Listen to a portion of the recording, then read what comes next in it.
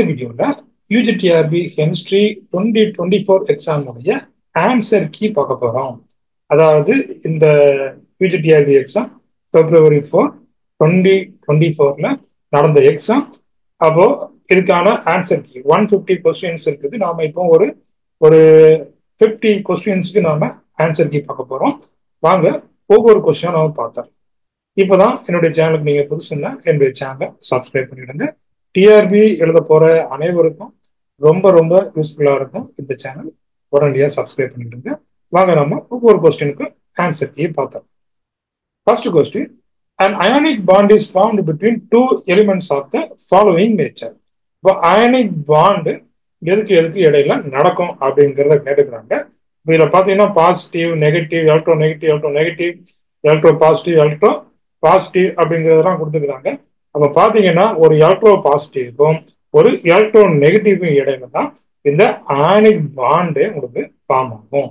So அதனால option A is the correct answer. அடுத்தபடியா பாருங்க, among the following molecules the one that does not contain a coordinate covalent bond. அப்ப இதுல எந்த மாலிகுல்ல வந்துட்டு கோஆர்டினேட் கோவலன்ட் பாண்ட் இல்ல அப்படிங்கிறத கேட்டுக்கிறாங்க. அப்போ ஃபர்ஸ்ட் ஒன்ல பாத்தீங்கன்னா NH4+ இருக்குது. அப்போ நைட்ரஜன்ல இருந்து ஒரு லோன் பேர் வந்து H+ போயிருக்கும். அதனால அங்க கோஆர்டினேட் கோவலன்ட் பாண்ட் இருக்கும். BF3ல இருந்து ஒரு F- என்ன ஆகும், ஒரு F- வந்து கொடுத்துச்சுன்னா அங்கேயும் ஒரு கோஆர்டினேட் கோவலன்ட் பாண்ட் இருக்கும். அதே போல PCl6- கோஆர்டினேட் கோவலன்ட் பாண்ட் இருக்கும். அப்ப எதுல மட்டும் தான் இருக்காது, இந்த NO2+ல மட்டும் தான் இருக்காது. சரிங்களா? இப்போ டஸ் நாட் கண்டெயின் அப்படிங்கறத கேட்டுருக்காங்க, அதை மறந்துடக்கூடாது. ஸோ அப்போ option D is the correct answer. அடுத்தது அயனிக் காம்பவுண்ட்ஸ் ஆர் டேஸ், அதாவது டைரக்ஷனலா யூனி டைரக்ஷனலா அதே போல இந்த டிஸ்கிரீட் மாலிகுலா ஜாயிண்ட் மாலிகுலா அப்படிங்கறத கேட்டிருக்காங்க. அப்போ அயனிக் காம்பவுண்ட்ஸ்ங்கிறது என்ன அப்படின்னு பாத்தீங்கன்னா, இப்ப வந்துட்டு எக்ஸாம்பிள், இப்ப வந்துட்டு ஒரு Na+ எடுத்துக்கிட்டு Na+ சுத்தி என்ன ஆகும், சுத்தி வந்து அந்த பாசிட்டிவ் கேரக்டர் தான் இருக்கும். Na+ ஒரு பாசிட்டிவ் கேரக்டர் தான். அப்ப அங்க பாத்தீங்கன்னா அப்போ ஓம்னி டைரக்ஷன், அப்ப என்ன ஆல் டைரக்ஷனல், எல்லா டைரக்ஷன்லயும் இது இருக்கும். அதனால நம்ம என்ன சொல்றோம், omni directional attractive forces and giant molecule அப்படிங்கிறத சொல்றோம். வேற எதுவுமே டைரக்ஷனல் கிடையாது, யூனிட் டைரக்ஷனும் கிடையாது. அப்ப இந்த 3 ஆப்ஷனே கண்டிப்பா வராது. அப்போ ஆம்னி டைரக்ஷனல், அதாவது எல்லா டைரக்ஷனல் தான் வந்து omni directional attractive forces and giant molecule. Option A is the correct answer. அடுத்தபடியா Schrodinger equation for time dependencies, இந்த டைம் டிபெண்டன்ஸ் ஸ்கார்டிஞ்சர் ஈக்குவேஷன் கேட்டுக்கிறாங்க. அப்போ இதுல பாத்தீங்கன்னா option D is the correct answer. H psi is equal to IH dou psi by dou t. இதுதான் வந்து இந்த time dependence Schrodinger equation. அடுத்தது uranium gas atomic number 92 and atomic weight 238.029. the number of neutrons is, என்ன கேட்டுக்கிறாங்க, இந்த atomic wait கொடுத்துட்டாங்க, அப்போ atomic நம்பரையும் கொடுத்துட்டாங்க. அப்போ என்ன பண்ணணும், 238ல 92 நீங்க சப்ட்ராக்ட் பண்ணிட்டீங்கன்னா என்ன கிடைக்கும், இதுல 146 கிடைக்கும். அப்போ 146 இஸ் த கரெக்ட் ஆன்சர். அடுத்தது இந்த mass of hydrogen molecule is 3.4 into 10⁻⁻27.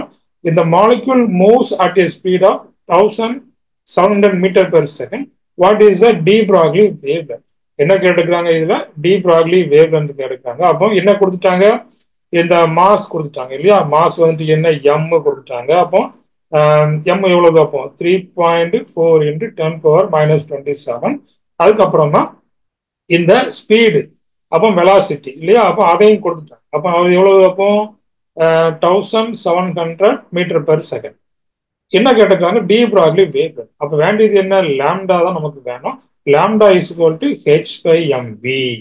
அப்போ ஹெச் சப்ஸ்டியூட் பண்ணுங்க, 6.6 இல்ல பாருங்க, நமக்கு செஞ்சே பார்த்துருவோம். 6.6 into 10⁻34 டிவைட் பை எவ்வளவு வருது, அப்போ 3.4 into 10⁻⁻27. அதுக்கப்புறமா ஸ்பீடு பார்த்தீங்கன்னா 1700 மீட்டர் பெர் செகண்ட். ஓகே, இதெல்லாம் நம்ம போட்டாச்சு இல்லையா. அப்போ இதை வந்துட்டு என்ன சிம்பிள் கால்குலேஷன் நீங்க பண்ணணும். இப்போ இதை வந்துட்டு 13 எடுத்துக்கிட்டா இது வந்து 2 3 சார் 6. அப்போ பாருங்க, அப்போ 2 இருக்குது, கீழே வந்து 1700. அதே நீங்க அடிங்க பார்க்கலாம் எவ்வளவு வருது. அப்போ 8 2 சார் 16.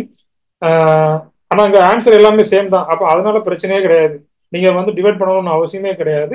இந்த பவர்ல உள்ளதை மட்டும் நீங்க பார்க்கணும் இல்லையா? பவர்ல உள்ளதை மட்டும் நீங்க பார்த்தீங்கன்னா ஓகே. அப்போ இந்த ஒன்றை மட்டும் நம்ம டிவைட் பண்ணிக்கிடுவோம். அப்போ 850 மட்டும் இருக்குது. அப்போ 1/850 இல்லையா? 1/850. இப்போ 1/850க்கு எவ்வளவு வருது அப்படிங்கிற நீங்க டிவைட் பண்ணாதான் வரும்னு நினைக்கிறேன். அப்போ டிவைட் பண்ணா அப்ப எவ்வளவு வருது? அப்போ உங்களுக்கு பாத்தீங்கன்னா அப்ராக்சிமேட்டா எவ்வளவு வரும்? இந்த நான் கால்குலேட் பண்ணி நான் போடுறேன். கால்குலேட் பண்ணி நான் போடுறேன். எவ்வளவு வருது அப்படின்னு பாத்தீங்கன்னா 0.00117 இன்ட்டு அந்த பவர்ல உள்ளதான் கரெக்டா பார்க்கும். அப்ப இங்க வந்து 10⁻-27 இருக்குது. மேல வந்துச்சுன்னா +27 மாறும். இப்ப எவ்வளவு இருக்குது? அந்த -7 இருக்குது இல்லையா? 10⁻-7. அப்ப பாத்தீங்கன்னா இதை வந்து நம்ம அப்ராக்சிமேட்டா போட்டுருக்கோம். அப்போ 0.00115 வரும். நமக்கு இதுல 117 வந்துருக்குது. அப்ப எவ்வளவு வரும்? 0.00115 நமக்கு இதுல வருது இல்லையா? அப்போ 10 நமக்கு வந்துட்டு இங்க என்ன இருக்குது? மேல வந்துட்டு எவ்வளவு? -7 நமக்கு வருது. ஆனா இங்க 2 புள்ளி நம்ம தள்ளி வைக்கணும் இல்லையா? இங்க அப்படிதான் வச்சிருக்கு. எல்லாமே அப்படித்தான் வச்சிருக்குது. அப்போ 2 நீங்க ஆட் பண்ணிக்கிடுங்க. அப்போ 10⁻-9. அப்போ 0.115 into 10⁻-9. இப்போ option A is the correct answer. Option A is the correct answer. அடுத்து spectral lines are split into components when the source of emitting lines are placed in strong magnetic field. எல்லாரும் தெரிஞ்ச ஒரு question answer தான். அப்போ Zeeman effect. Zeeman effect is the correct answer. அடுத்து பாருங்க, in hydrogen spectrum which series of lines are use to calculate ionisation energy. அப்போ இது பார்த்தீங்கன்னா ஒரு எலக்ட்ரானா ரிமூவ் பண்றதுக்கு ஹைட்ரோஜன்ல நம்ம பார்ப்போம். அப்போ இந்த N1ல உள்ளதை நம்ம ரிமூவ் பண்ணுவோம். ரிமூவ் பண்றதுக்கு எவ்வளவு எனர்ஜி தேவைப்படும் அப்படின்னு பார்த்தீங்கன்னா ஒரு எலக்ட்ரானை ரிமூவ் பண்ணக்கூடிய எனர்ஜி. அப்போ அது இங்க தான் பாருங்க. அப்போ இந்த லைமன் சீரீஸ். அப்போ series of lines Lyman series of lines are used to calculate ionization energy. Option A is the correct answer. Mulligan scale is related to what? Ionization energy plus electron affinity. அப்போ இந்த ionization potential plus electron affinity கொடுத்துருக்காங்க. அப்போ option D is the correct answer. அடுத்து பாருங்க, only one pair of electron containing central atom in the following. அப்போ இதுல பாத்தீங்கன்னா only one பேர் எலக்ட்ரான் உள்ளது எது அப்படின்னு கேட்டுக்கிறாங்க. இப்போ ஒன்லி ஒன் பேர் உள்ளது எது? CH4ல ஒண்ணுமே இல்லை. H2Oல 2 லோன் பேர் இருக்கும். அதுல செனான்ல பாத்தீங்கன்னா எத்தனை இருக்கும்? செனானுக்கு 8. 1 2 3 4 5 6 7 8. இப்போ 2 எலக்ட்ரான் போயிடும். Fக்கு 2 எலக்ட்ரான் போயிடும். அப்போ அங்க வந்துட்டு 3 பேர் இருக்கு. அப்போ அதுவும் கிடையாது. அப்போ ஆப்ஷன் என்ன தான்? இந்த சி தான். NK3 is the correct answer. அடுத்தது transition elements are colour due to. Transition elements வந்துட்டு இந்த கலர்டு அப்படின்னு சொல்லி கேட்டுருக்காங்க. எதுக்கு? அவங்க கண்டிப்பா இதுதான் டிரான்சிஷன் எலிமெண்ட்ஸ்ல டி எலக்ட்ரான்ஸ்னால தான் அது வந்து கலரா இருக்குது இல்லையா? அடுத்தது பாருங்க, why lutetium 3+ ion is not observed in the UV visible region. அப்போ லுட்டீசியம் 3+ கேட்டுருக்காங்க. அப்போ லேந்தனைட் லுட்டீசியம். அப்போ இது வந்துட்டு லேந்தனைட்ஸ்ல உள்ளது. அப்போ எங்க இருக்குது? கடைசி எலிமெண்ட் தான் என்னது? இந்த லுட்டீசியம் 3+. லுட்டீசியம் 3+ல டில ஒரு எலக்ட்ரான் இருக்கும், எஸ்ல 2 எலக்ட்ரான் இருக்கும். அப்போ அந்த 3ம் போயிருச்சுன்னா என்ன ஆயிரம்? உங்களுக்கு வந்துட்டு இந்த எஃப் வந்துட்டு ஃபுல் ஃபீல்டு. அப்போ அங்க வந்து கம்ப்ளீட்டா ஃபில் ஆயிருக்கும். அப்போ ஃபுல் ஃபீல்டு எஃப் செல், அந்த எஃப் செல் வந்து கம்ப்ளீட்டா ஃபில்ட் ஆயிருக்கும். அதனால பாருங்க, not observed in the UV visible region. அடுத்து பாருங்க, oxidation state of N in N⁻²OH. அப்போ வெரி வெரி சிம்பிள். அப்போ என்ன பண்ணிக்கிடுங்க? இந்த நைட்ரோஜனுக்கு எக்ஸ் போட்டுக்கிடுங்க. அதுக்கப்புறமா இதுக்கு வந்து என்ன? +2. இங்க ஒரு ஹெச் இருக்கு. அப்போ +3 -2. அப்போ எவ்வளோ ஆச்சு? அப்போ எக்ஸ் +1 is equal to 0. இப்போ X is equal to -1 is the correct answer. Catalyst used in the artificial fixation of atmospheric nitrogen by Haber's process. அப்போ இதுல இந்த ஹேபர்ஸ் ப்ராசஸ்ல என்ன கேட்டலிஸ்ட் யூஸ் பண்றாங்க அப்படிங்கறத கேட்டுக்கிறாங்க. அப்படி பாத்தீங்கன்னா இந்த அயன் மாலிப்டினம், அதாவது FeMO, இங்க என்ன கொடுத்துக்கிறாங்க? MB கொடுத்துக்கிறாங்க. இப்போ இது ஒரு தவறான ஒரு விடை கொடுத்துக்கிறாங்க. அப்ப இதுக்கு என்ன பண்ணலாம்? உங்களுக்கு வந்து கிரேஸ் மார்க் வந்துட்டு தர்றதுக்கான வாய்ப்பு இருக்குது. அடுத்தது பாருங்க, கம்ப்ளீட் த ஃபாலோயிங் ரியாக்ஷன். அப்போ ஒரு ஈஸியான ஒரு ரியாக்ஷன் கொடுத்துக்கிறாங்க. அதுல பாத்தீங்கன்னா இதுல வந்து என்ன கொடுத்துருக்காங்க? NH3OHCl + X. அப்ப அந்த எக்ஸ் என்ன அப்படிங்கறத கேட்டுக்கிறாங்க. அப்ப இதுல பாத்தீங்கன்னா Li இருக்குது, Al இருக்குது, Mg இருக்குது. அப்ப இதுல பாத்தீங்கன்னா NaCl இருக்கு. அப்போ இந்த எக்ஸ்ல என்ஏ இருந்தால் மட்டும் தான் நமக்கு ப்ராடக்ட் என்ஏசிஎல் கிடைக்கும். அப்போ இந்த 3 ஆப்ஷனும் வராது, ஆட்டோமேட்டிக்கா என்ஏ தான். இந்த option D is the correct answer.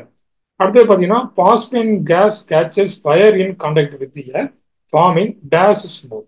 அப்போ இந்த பாஸ்பேன் பார்த்தீங்கன்னா இந்த ஃபார்ம் ஆகும் இல்லையா, கால்சியம் கார்பைடு கூட போடும்போது நமக்கு இந்த ஃபயர் ஏர்ல வந்து ஃபயர் வந்து ஃபார்ம் ஆகும். அப்போ அது என்ன ரிங்கு ஃபார்ம் ஆகுது அப்படின்னு பார்த்தீங்கன்னா இந்த ஓர்டெக்ஸ் ரிங்கு நமக்கு ஃபார்ம் ஆகும். என்ன ரிங்கு? ஓர்டெக்ஸ் ரிங். அதாவது இந்த பிளாக்கும் ஒயிட்டும் கலந்த ஒரு புகை இந்த ரவுண்ட் ரவுண்டா உங்களுக்கு என்ன செய்யும், அதில் ஃபார்ம் ஆகும். அது பேர் என்ன ஆகும்? ஓர்டெக்ஸ் ரிங் ஸ்மோக் அப்படின்னு சொல்றாங்க. அடுத்து இந்த melting and boiling points of transition series dash on moving from left to right in the period. அப்போ இந்த மெல்டிங் அண்ட் பாயிலிங் பாயிண்ட்ஸ் பார்த்தீங்கன்னா நம்ம இந்த கிளாஸ் நடத்தும் போது சொன்னோம். அதாவது ஃபர்ஸ்ட் என்ன ஆகும்? இன்க்ரீஸ் ஆகும். அதாவது இந்த இந்த குரோமியம் வரைக்கும் ஃபர்ஸ்ட் இன்க்ரீஸ் ஆகும், அதுக்கப்புறம் அப்படியே குறைய ஆரம்பிச்சு. அப்போ பாருங்க ஆப்ஷன் என்ன? Increases to maximum and then decreases. அப்போ பாருங்க இந்த ஃபர்ஸ்ட் இன்க்ரீஸ் ஆகும், அதுக்கப்புறம் அது குறைய ஆரம்பிக்கும். Melting and boiling point. அடுத்து பாருங்க which one of the following statement is not correct for carbon. அப்போ இதுல எந்த ஸ்டேட்மெண்ட் வந்து கரெக்ட் இல்லை, நாட் கரெக்ட் அப்படிங்கிறத அதான் மறந்துடக்கூடாது. அப்போ ஹை அயனைசேஷன் எனர்ஜி இருக்கும், high melting and boiling point இருக்கும், டி ஆர்பிட்டல் இருக்காது. அப்போ இந்த 3மே கரெக்ட் தான். இந்த 3மே கரெக்ட் ஆப்ஷன் தான். அப்போ எது வந்து தப்பு அப்படின்னு பார்த்தீங்கன்னா இந்த form of d pi p pi double. ஏன்னா வந்துட்டு இல்ல கார்பன்ல இந்த டி ஆர்பிட்டல இருக்காது, அதனால இந்த பாண்டு வந்துட்டு இதுல ஃபார்ம் ஆகுது. அடுத்து பாருங்க மோனோ ஆக்சைட்ஸ் இந்த germanium tin lead are dash in nature. இப்போ பீரியாடிக் டேபிள்ல பாத்தீங்கன்னா இந்த ஜெர்மானியம் ஆக்சைட்ஸ் உங்களுக்கு இந்த ஜெர்மானியம் டின் லெட் எல்லாமே இருக்குது. இது எல்லாமே இந்த ரெண்டும் கலந்துதான். அப்போ இந்த அதுவும் மோனாக்சைடு ஜிஇஓ டின் ஓ பிபிஓ இதெல்லாம் பார்த்தீங்கன்னா மோனாக்சைட்ஸ். அப்போ இந்த மோனாக்சைட்ஸ் எல்லாம் எப்படின்னு பார்த்தீங்கன்னா ஆம்ஃபோடெரிக்கா இருக்குது. மோனாக்சைட்ஸ் எல்லாமே ஆம்ஃபோடெரிக்கா இருக்குது. அடுத்த பாருங்க dash is used as a filler for making rubber. அப்போ ரொம்ப சிம்பிளான கொஸ்டின் தான். இதுல ஃபைன் அமார்பஸ் சிலிக்கா, இந்த அமார்பஸ் சிலிக்காவை என்ன செய்றாங்க? Filler for making rubber. அப்போ இந்த ரப்பர் மேக்கிங்ல இந்த சிலிக்காவை நிறைய இதுல என்ன செய்றாங்க? ஃபில்லரா யூஸ் பண்றாங்க. அடுத்து பாருங்க S F 6 molecule consist of octahedron geometry due to that. Very very simple question. இப்போ பார்த்தீங்கன்னா sp3d2 ஹைபிரிடைசேஷன். எஸ் ஆஃப் 6க்கு பார்த்தீங்கன்னா என்ன hybridisation? sp3d2. So which transition element does not completely fill the electron in 4s shell. அப்போ எது வந்துட்டு இந்த 4s ஷெல்ல வந்துட்டு கம்ப்ளீட்டா ஃபில் ஆகல? அப்போ இது பார்த்தீங்கன்னா கோபல்ட் என்ன வரும்? Iron cobalt. அப்போ 3d7 4s2 இது ஃபுல் ஆயிருக்கும். அயன் பார்த்தீங்கன்னா 3d6 4s2, நிக்கல் பார்த்தீங்கன்னா 3d8 4s2. இந்த காப்பர் பார்த்தீங்கன்னா அங்கே என்ன இருக்கும்? இந்த 3d9 என்ன பண்ணுவோம்? 3d10 போட்டுருவோம் இல்லையா? அப்போ 3d10 4s1 போட்டுருவோம். 3d10 4s1. அப்போ option D is the correct answer. அடுத்த கொஸ்டின் பாருங்க. the minimum energy of photon must possess in order to produce photoelectric effect with the platinum metal is threshold frequency for platinum is 1.3 into 10 power 15 second அப்படிங்கிறத கொடுத்துருக்காங்க. என்ன கேட்டிருக்காங்க? the minimum energy of photon must possess in order to produce photoelectric. அப்போ minimum energy இருந்துச்சுன்னா இந்த photo electric effect நடக்கும் அப்படிங்கிறத கொடுத்துருக்காங்க. அப்போ அந்த மினிமம் எனர்ஜி என்ன எப்படி கண்டுபிடிக்கிறது பாருங்க. அப்போ அந்த threshold frequency ஃபார் பிளாட்டினம் அதையும் நமக்கு நினைச்சிட்டாங்க கொடுத்துட்டாங்க. அப்போ அந்த த்ரெஷ்ஹோல்டு ஃப்ரீக்வன்சிங்கிறது என்ன? ஃப்ரீக்வன்சிங்கிறது என்ன? நியூ போட்டுடுங்க. அதுக்கப்புறம் நமக்கு வேண்டியது என்ன? Minimum energy. அப்படின்னா மினிமம் எனர்ஜி என்ன? அப்போ நம்ம வந்து அந்த ஒர்க் ஃபங்க்ஷன் நம்ம எடுத்துக்கலாம். ஒர்க் ஃபங்க்ஷன் டபிள்யூ எடுத்துக்கலாம். அப்போ பாருங்க அப்போ ஹெச் நியூ. இப்போ நமக்கு வேண்டியது என்ன? இந்த ஃப்ரீக்வன்சி கொடுத்துட்டாங்க, நமக்கு ஹெச் தெரியும், இந்த பிளாங்க்ஸ் கான்ஸ்டன்ட் வேல்யூ தெரியும். அப்போ பிளாங்க்ஸ் கான்ஸ்டன்ட் வேல்யூ போடுங்க, இந்த த்ரெஷ்ஹோல்டு ஃப்ரீக்வன்சியை போடுங்க, கண்டுபிடிச்சிடும். அப்போ எவ்வளவு மினிமம் எனர்ஜி இருந்துச்சுன்னா இந்த பிளாட்டினம்ல இருந்து ஒரு எலக்ட்ரானை நம்ம வந்து வெளியே எடுக்க முடியும் அப்படிங்கிறத கொடுத்துருக்காங்க. அப்போ பாருங்க அப்போ ஹெச் எவ்வளவு? அப்போ 6.6 into 10 power -34 into 1.3 into 10 power 15 கொடுத்தாங்க. அப்போ என்ன பண்ணுங்க? மல்டிப்ளை பண்ணுங்க. அப்போ இது எல்லாமே ஒரே ஆன்சர் தான் இல்லையா? மல்டிப்ளை பண்றதுக்கான வேலையே இல்லை. இப்போ என்ன மட்டும்தான் இதுல? அப்போ அந்த பவர்ல மட்டும் தான் நீங்க பார்க்கணும். அப்போ பார்த்தீங்கன்னா அப்போ 10 பவர் -34 10 பவர் 15 ரெண்டையும் வந்து இந்த சப்ட்ராக்ட் பண்ணுங்க. அப்போ எவ்வளோ வருது பாருங்க. அப்போ 10 பவர் 19 வருமா? 10 பவர் அப்போ 15, 15, 30, 90. இல்லையா? அப்போ 10 பவர் 19 வருது. 10 பவர் 19 நமக்கு இதில் பார்த்தீங்கன்னா இது வந்து ஜூல். இது வந்து என்ன அப்படின்னு பார்த்தீங்கன்னா நம்ம ஜூல்ல கால்குலேட் பண்ணணும். ஒர்க் ஃபங்க்ஷன் இந்த 6.6 அப்படிங்கிறது என்ன, நம்ம வந்து ஜூல் பெர் செகண்ட் நம்ம போடுவோம். அப்போ ஜூலை நம்ம என்ன செய்யணும்? எர்கா மாற்றணும். ஜூலை என்ன செய்யணும்? எர்கா மாற்றணும். அதாவது என்ன பண்ணணும்? நீங்க இந்த 10 பவர் 7ஆல நீங்க மல்டிப்ளை பண்ணணும். இப்போ எவ்வளோ ஆச்சு? 10 பவர் -12 இல்லை. அப்போ 10 பவர் -12 வருதா அப்படிங்கிறத பாருங்க. இதுல 10 பவர் -12 வரல சரிங்களா? அப்போ இந்த 6.6 அப்போ அதை மல்டிப்ளை பண்ணும்போது என்ன வருது அப்படிங்கிறது தெரியல. அப்போ அதுல ஏதாவது வருமா அப்படின்னு பார்த்தீங்கன்னா ஒரே நிமிஷம் நான் வந்து கம்ப்ளீட் பண்ணி பார்த்துக்கிறேன். அதாவது என்ன அப்படின்னு பார்த்தீங்கன்னா அந்த 6.6 இருக்கு பார்த்தீங்களா? அப்போ அதுல என்ன வேல்யூ வருது? அப்போ 6.6 இன்ட்டு 1.3 நான் வந்து மல்டிப்ளை பண்றேன். 8.58. அப்போ அதுல ஒரு பிரச்சனையும் வர்றது இல்லை. அப்போ இந்த 10 பவர் -12 வரணும். அப்போ இதுல வந்து என்ன போட்டிருக்காங்க? 10 பவர் 12 போட்டிருக்காங்க. அப்போ கண்டிப்பா வந்துட்டு 10 பவர் 12 வராது. 10 power -12 is the correct answer. அப்போ ஆப்ஷன் வந்து ஏ வரலாம். அப்போ இதுல ஒரு ஸ்மால் மிஸ்டேக் ஏதோ ஒன்று நடந்திருக்குது.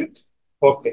அடுத்தது பார்த்தீங்கன்னா the uncertainty in position and velocity of a particle are 10 power -10 meter, 5.27 into 10 power 24 meter per second. Calculate mass of the particle, Planck's constant கொடுத்துட்டாங்க. அப்போ என்ன கேட்டுக்கிறாங்க? uncertainty in position and velocity.